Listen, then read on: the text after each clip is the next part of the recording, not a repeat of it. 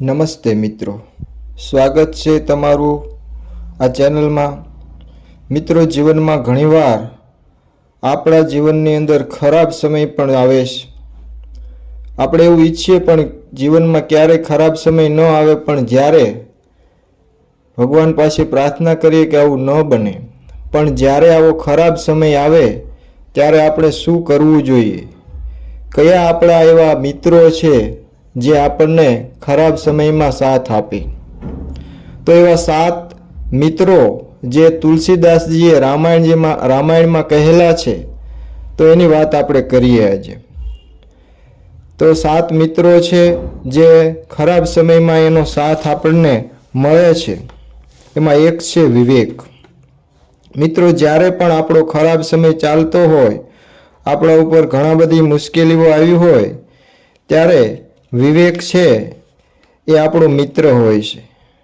હંમેશા ખરાબ સમયની અંદર વિવેકી જ રહેવું, ક્યારેય પણ અવિવેકી ન બનવું, જેથી થોડા જ સમય પછી આપણો સમય પણ સારો આવશે। ત્યાર પછી બીજું છે ધર્મ।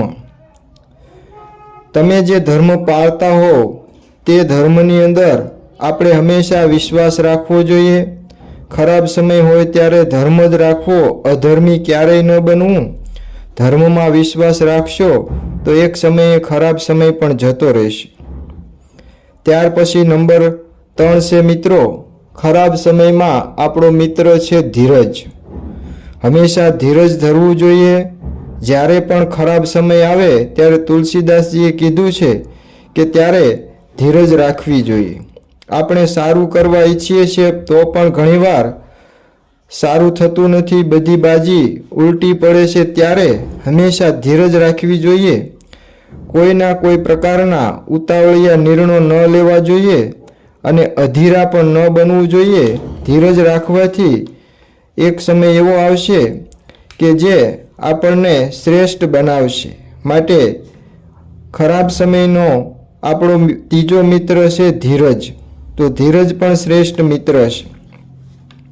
ત્યાર પછી નંબર 4 છે સાહસ। મિત્રો, ખરાબ સમય હોય ત્યારે આપણો મિત્ર સાહસ છે। હંમેશા ખરાબ સમયમાં સાહસી પગલું ભરવું જોઈએ। ક્યારેય એવું વિચારવું ન જોઈએ કે મારાથી કંઈ નહીં થાય, આ મારાથી નહીં થાય, આવા શબ્દ ન રાખવા અને સાહસ કરવું જોઈએ। જીવનમાં જો સાહસ કરશું તો ગમે ત્યારે સારો સમય આવશે। સાહસ રાખીને કાર્ય કરશો તો આ ખરાબ સમય પણ દૂર થઈ જશે। એટલે સાહસને ખરાબ સમયનો મિત્ર ગણવામાં આવ્યો છે। ત્યાર પછી સાહિત્ય।